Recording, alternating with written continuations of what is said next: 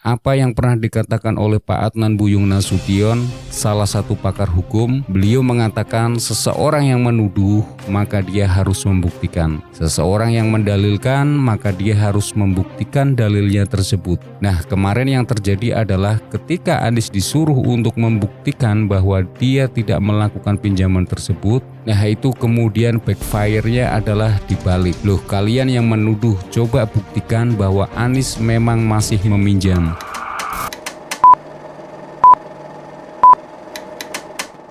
Sandiaga Uno, mantan Wakil Gubernur DKI Jakarta yang kini menjadi Menteri Pariwisata dan Ekonomi Kreatif, akhirnya buka suara soal utang piutangnya dengan Anies Baswedan sebesar 50 miliar. Namun, pernyataan Sandiaga Uno malah menimbulkan tanda tanya, bahkan spekulasi baru.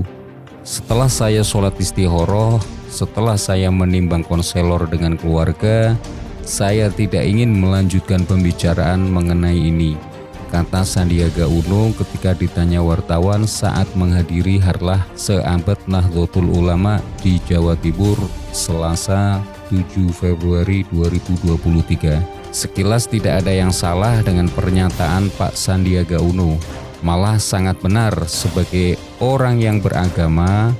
Tetapi masalahnya menjadi lain karena pernyataan Sandiaga Uno ini terkesan seolah benar bahwa Anies Baswedan memang punya utang kepadanya sebesar 50 miliar. Dan seperti yang dikatakan oleh Erwin Aksa, sampai sekarang belum dibayar. Media sosial juga menjadikan soal utang Anies sebagai bahan gorengan, termasuk politisi yang selama ini selalu berseberangan dengan Anies Baswedan. Salah satunya adalah Ruhut Sitompul. Banyak media yang punya persepsi yang sama bahwa memang benar Anies belum membayar hutangnya kepada Sandiaga Uno dan sekarang Sandiaga Uno sudah mengikhlaskannya. Misalnya cnnindonesia.com membuat judul berita setelah sholat istikharah Sandiaga relakan utang Anies 50 miliar. Warta Ekonomi membuat judul Sandiaga Uno relakan hutang Anies 50 miliar rupiah usai sholat istikharah. Loyalis Jokowi akhirnya semoga jadi berkah buat Anies. Hampir semua persepsi yang muncul di media mengatakan bahwa Sandiaga Uno sudah ikhlas, sudah merelakan hutangnya tidak dibayar oleh Anies Baswedan. Padahal kata-kata merelakan atau mengikhlaskan tidak muncul dari mulut Sandiaga Uno. Itu hanya penafsiran yang muncul dari pernyataan Sandiaga Uno. Mengapa Sandi memilih kalimat yang interpretatif, bukan kalimat langsung yang menegaskan bahwa sesuai dengan perjanjian yang dia buat dengan Anies Baswedan, jika mereka menang Pilkada DKI Jakarta 2017, maka utang piutang akan dianggap lunas. Dan faktanya mereka berdua sudah memenangkan Pilkada 2017 DKI Jakarta. Seperti sudah diberitakan sebelumnya, bahwa poin-poin dari surat perjanjian tersebut adalah: pertama, surat pernyataan pengakuan utang pertama dibuat pada 2 Januari 2016 atau sebelum Pilkada. Anies mengakui meminjam uang sebesar 50 miliar tanpa jaminan dan tanpa bunga. Dana pinjaman itu langsung diserahkan oleh Sandiaga Uno kepada tim kampanye. Dalam perjanjian itu disebutkan bahwa Anies mengetahui bahwa dana itu diperoleh Sandiaga Uno dari pihak ketiga dan secara pribadi Sandiaga Uno yang menjamin pengembalian dana pinjaman ke pihak ketiga. Walaupun kemudian Sandiaga Uno membuat perjanjian utang dengan Anies Baswedan. Dalam perjanjian itu juga disebutkan bahwa peminjaman dana itu bukan untuk kepentingan pribadi, namun untuk kepentingan dana kampanye Pilkada 2017. Dalam poin berikutnya yang sangat penting adalah disebutkan jika mereka kalah dalam Pilkada, Anies berkewajiban mengembalikan dana tersebut. Sebaliknya, bila mereka memenangkan Pilkada, maka dana tersebut tidak perlu dikembalikan. Sandiaga Uno membebaskan Anies dari kewajiban membayar hutang. Mekanisme penghapusan dana pinjaman akan ditentukan kemudian melalui kesepakatan antara Anies dan Sandi.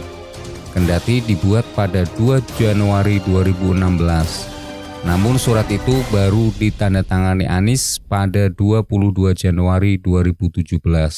Kedua, surat pernyataan pengakuan hutang kedua. Surat perjanjian itu memuat poin-poin yang sama dengan surat perjanjian pertama. Namun pada poin 1, 2, dan 3 diakui utang pertama sebesar 20 miliar, ditambah hutang kedua 30 miliar, sehingga total 50 miliar dibuat pada 2 Februari 2017.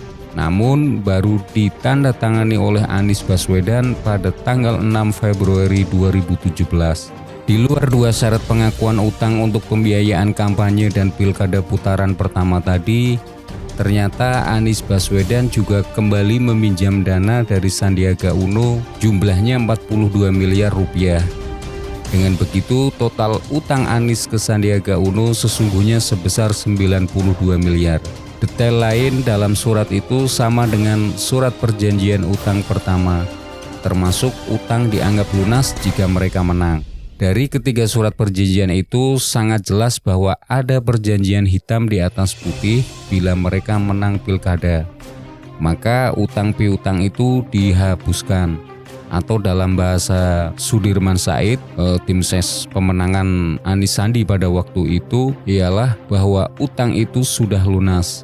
Mustahil Sandi tidak tahu menau atau tidak ingat soal ini. Sebagai pasangan dalam pilkada DKI yang sampai sekarang masih tetap bersahabat dan berkomunikasi dengan baik dengan Anies, harusnya Sandiaga menjelaskan secara transparan.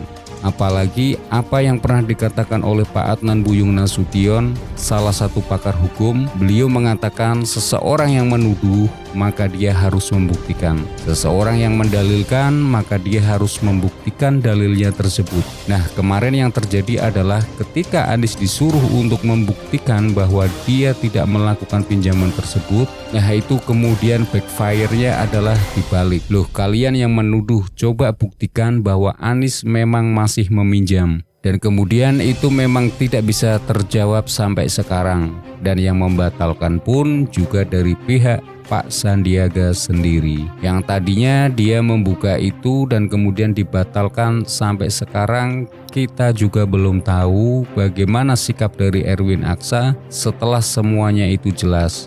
Karena Erwin juga mengklaim pada podcast di Akbar Faisal tersebut bahwa dia ikut mendraft perjanjian tersebut. Tapi saya rasa mungkin itu klaim saja.